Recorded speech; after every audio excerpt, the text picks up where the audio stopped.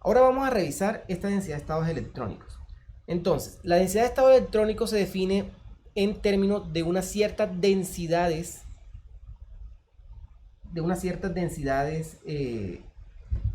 electrónicas. Por ejemplo, supongamos que ρ es la densidad, es decir, ρ es el número de electrones por una cierta unidad de volumen. ¿Sí? Esto es densidad electrónica.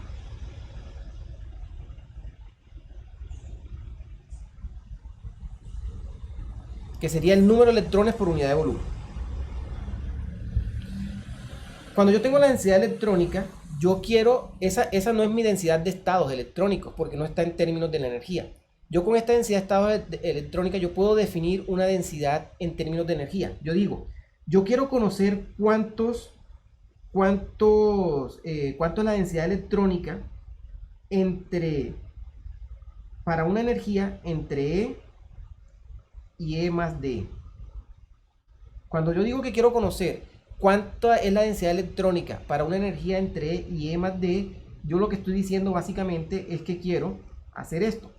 Quiero encontrar el número de estados electrónicos en E más D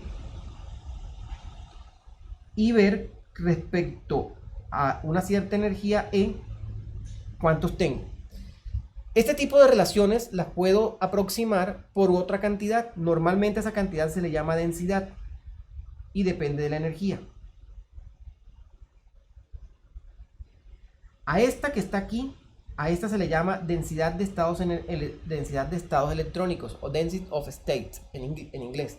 Dos aparece mucho, es un término que aparece mucho que seguramente ustedes van a ver y es bueno colocarlo aquí. Esa densidad de estados o dos, density of states, es la que nos interesa calcular a nosotros.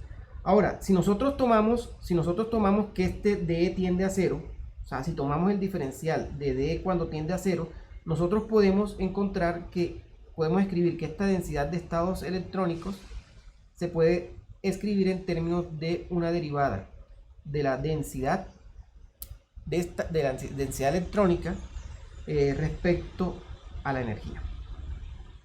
Hasta aquí no estoy haciendo nada extraño. Entonces, ya tengo esa densidad electrónica respecto a la energía. Quiere decir que si yo logro escribir ahora esa densidad,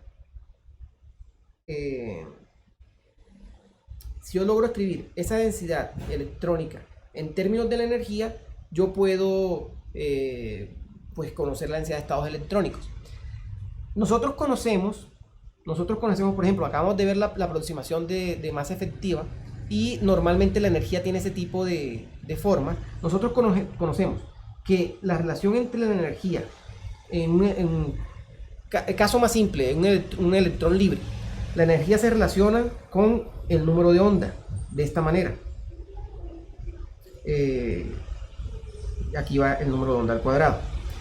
Ahora, y si yo introduzco ese electrón en un cristal y analizo los valores de energía alrededor de porciones pequeñas de número de onda, yo puedo usar la aproximación de masa efectiva. Entonces yo puedo seguir describiendo bastante bien la energía de esta manera.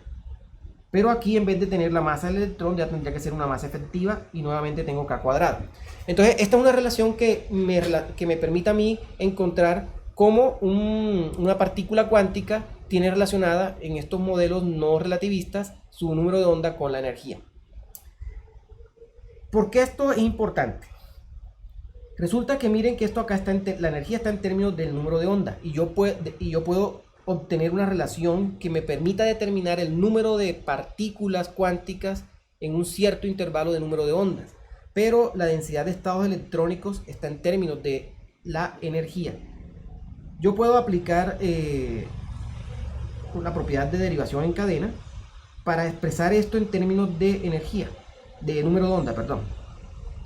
Entonces yo puedo escribir esto de esta forma: dk de ¿ok? Y noten que del lado derecho yo tengo que DE es igual a h barra cuadrado sobre 2m por 2 k de k. Entonces yo con esto puedo escribir esta densidad de estados electrónicos en términos del número de onda. Entonces esta densidad de estados electrónicos la puedo escribir de esta forma: de K sobre M. Entonces aquí sería H barra cuadrado sobre M K por la derivada de ρ respecto a K. En otras palabras, yo puedo calcular la densidad de estados electrónicos en términos del número de onda. Para poder calcular ahora la densidad de estados electrónicos, necesitamos calcular la derivada de la densidad electrónica con respecto al número de ondas. Ya nosotros tenemos calculado cuántos serían los estados, o sea, las posiciones donde puedo colocar aquí a las partículas. Sin embargo, tenemos que tener en cuenta esto. Primero, para pasar de n a ρ, tengo que tener en cuenta el volumen, que en el caso de 3 dimensiones sería L al cubo, en el caso de 2 dimensiones sería L2, en el caso de 1 dimensión sería L. Y lo otro que tengo que tener en cuenta es que para cada uno de los estados que yo tengo, puedo acomodar 2 electrones. Así que la respuesta que me dé la multiplico por 2. Haciendo eso, yo obtengo estos valores que están acá. Listo, vamos a hacer el ejercicio. Cuando realizas las operaciones, es decir, calculas ahora la derivada con respecto al número de onda, haces esta operación de aquí, te van a dar las densidades esperadas para una D, 2D y 3D.